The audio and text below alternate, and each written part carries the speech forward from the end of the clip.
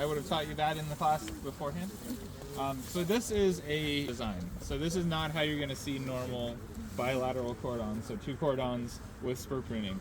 However, since we're here, we're going to be doing it on this. You just imagine normally that these positions that are arms, the arms typically are pointed straight upward, not off to the side. But in our case, they're pointed off to the side, and that's okay. We'll just treat them like a normal arm position. So when you are spur pruning, your goal is to, 1, keep the bud count proper, so somewhere between 20 and 30 buds is ideal. You want to make sure that most of your spurs are 2 bud spurs, and you want to make sure there's enough space between growing points where you don't have an issue with overlap when the shoots are growing in spring and summer. Because if they overlap, you get an increase of humidity and less light penetration, so then you end up with fungal pathogens and a nice little home for insects. So you don't want that. So you want good spacing. That's a really important thing. With spur pruning, unlike cane pruning, one of the things I like to do first is remove all the long shoots at the top. You don't want to leave anything underneath the vine. You put it in the middle of the row. That's ideal. Woo! Also ignore this. This is all experimental up here.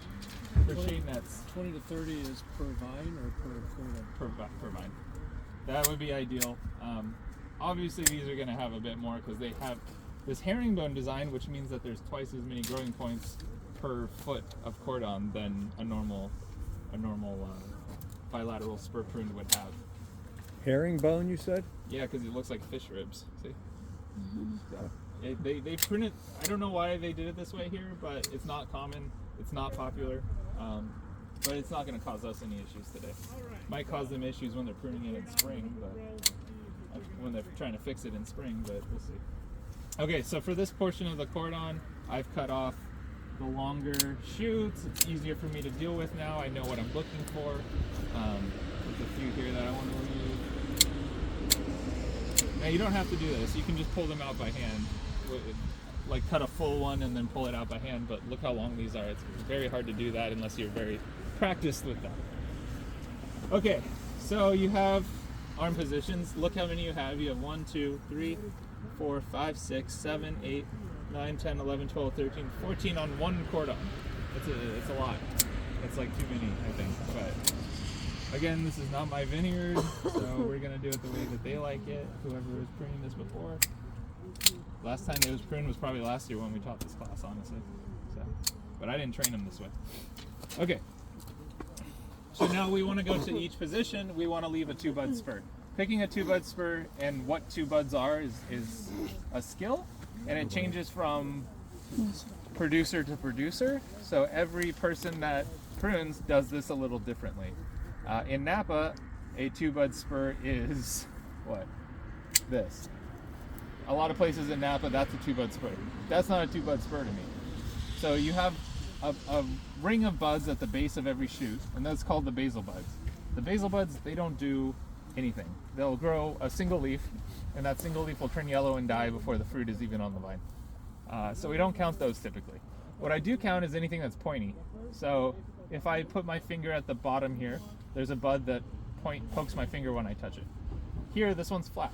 This one on top is pretty flat. It doesn't hurt. It doesn't poke me when I touch it. This one is pointy, so that's a bud. So I count this as a count bud, I count this as a count bud, and this is a basal bud. So we don't want the basal buds. I mean, we leave them, but we don't want to count them. So I cut at an angle when I do this, right above, about ½ an inch to an inch above the last bud I want to keep, because this is going to die back. So it's going to dry out, and it'll die back all the way to the bud, and then it'll stop dying back. So you want to give it some room to die back. You don't want it to die back right up to the bud, and then sometimes your bud desiccates then and dries out. Same here. There is a basal bud right next to the trunk. It's not pointy, it's flat. Then there's one over here that's pointy, and there's one here that's pointy. So that's my second bud. Pointy, pointy, second bud, cut at an angle. You notice that a lot of these there's only one shoot coming out of each position.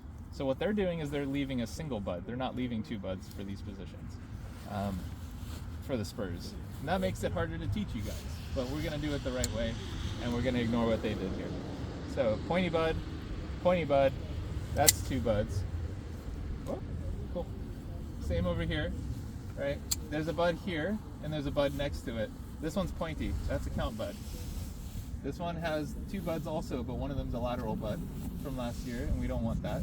If you remember, the lateral buds, they don't produce fruit. So we just do that. And I cut that too close. That would be, if I was in a pruning competition, I would be docked for that. Same here. So this one is kind of far out into the row, right? See how far that is? We don't want that. What we want is to keep this short, especially since these are horizontal and not vertical. So I'm gonna bet on this lower one here, and typically you don't want to keep the lower buds, but in this case, I'm gonna say that's too long into the row for me to leave it. Let's see, what else? This one, same. This is ideal. This is the vertical kind of look that you want on most shoots. You got 1 bud, 2 buds. That's like practical pruning. This is what it looks like. Unfortunately, we could go to a different one too. I just don't want to walk through the mud again, honestly. So actually, let's do a different one. This one sucks. Sorry, it's trash vineyard. Okay, let's go over there. But that was a good starting example, at least. Why am I limiting myself to the front of this? There's all this vineyard to work with. There we go. Okay. So notice that this is the same Cordon trained spur prune to grapevine style, right? Training style. However, these are vertical. These spurs and arms are now pointed straight up instead of side to side. This is what you normally see in a vineyard. Almost always this is what it looks like if it's spur prune. So we're going to do the same thing, but we're going to leave 2 buds and only 1 shoot per position. So you see for every point where there's growing, there's 2 shoots coming out of it. Well, in most cases there are. Some cases there aren't. So what you want to do is you want to pick one that is far enough away from the next one. So these are all about 6 inches apart, close to it at least. And you want to cut off the one that, typically you cut off the one that's lower, that's higher up. So where's a good example? None of them. Great. Okay. Typically you want to pick the shoot that's lower, so you keep the arm length low to the cordon, right? In this case, you have 2 options. You can cut a 2 bud spur here, or you can cut a 2 bud spur here. We never leave both. Well, it's not true. We usually don't leave both unless we're trying to account for missing buds. So which one is further away? Well, this one's pointed this way. The bud's pointed this way, so it's going to interfere with whatever I pick over here. So I don't want this shoot. I want this shoot. And this is just dead tissue from last year. If you want to remove that, you can. Don't have to. So now we have a 2 bud spur. You have a pointy spur here, a pointy bud here, a pointy bud here. You have an extra lateral bud right here. You can pop that off, or you just wait for spring and pull it off. I would probably wait for spring because sometimes it's hard to tell the dormant bud from the lateral bud. Same here. You got 2 shoots. You want to make sure, a thing I haven't mentioned is that the shoot is about the width of a pencil. This one is a good size. This one's okay. You see it died back at the top here. This might be a bad shoot, but the buds at the bottom look fine. The buds on this one look fine too. So again, you have 2 options. You have to pick one. So you got 1 2 bud spur here. Get rid of that extra little nub. And then you have 1 2 bud spur here. Which one would I pick? Either's fine in this situation. I'd probably pick the thicker one in this case just because it looks like it has better buds on it and the shoot didn't die back at the top. So I'm going to pick that one. This one you only have 1 option. So where's 2 buds?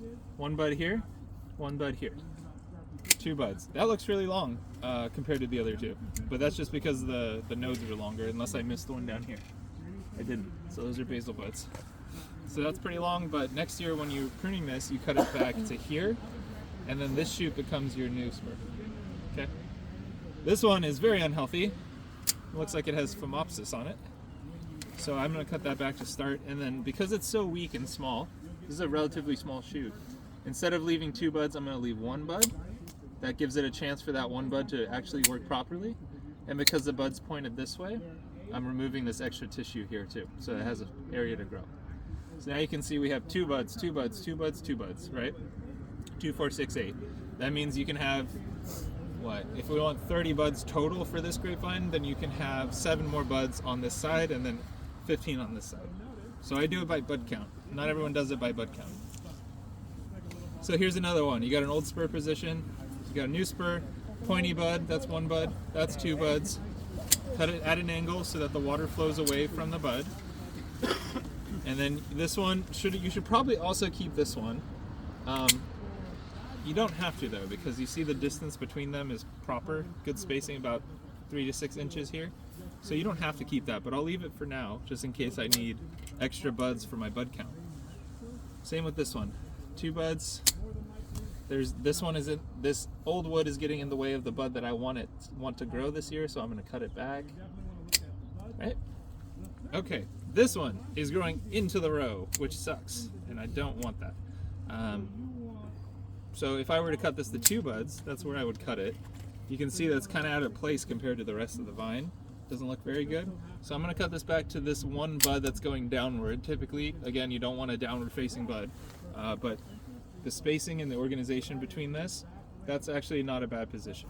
These are going to interfere with each other now, so I know that I don't want this position, so I'm going to cut this off. And you could pick either, really. I'm just picking this one. So now it's gone.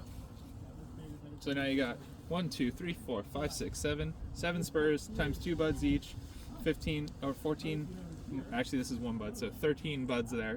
So you have a good leeway to work with about 16 to 17 over here, if you need to. Again, the goal is between 20 and 30 buds per grapevine. So here, pointy bud, 2 buds, cut. There's 2 buds spur. Pointy bud, 2 buds, cut. This is a dead position, so I'm going to try and rejuvenate it by leaving just a single bud. That means that that vine can focus on just that bud for that position. This one, it's a bigger shoot, looks pretty healthy to me, so I can leave 2 buds, 1, 2, and get rid of all the extra little stuff on it. Okay. This one, weak, small shoot, instead of 2 buds, I'm going to leave 1, because this basil one is not pointy, it doesn't count. Same here. Well, no, this one's actually fine. You can see that there's dead tissue from last year's spur. I'm going to remove that so that this bud can grow. And then cut this to 2 buds there.